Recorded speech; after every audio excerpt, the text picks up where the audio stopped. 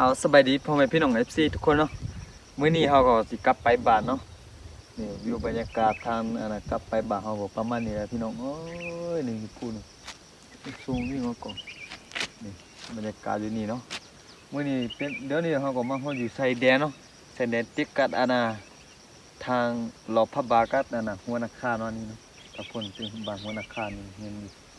อยู่พุ่นเนาะบ้านเฮาก็บ้านห้วยทาก็นั้นanh nhà với cái bao người khá của quay lại với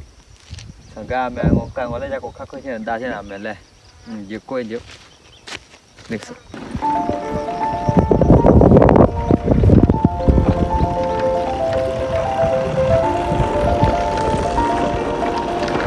anh làm cặp phải bàn đó mình nó khó cặp bàn nó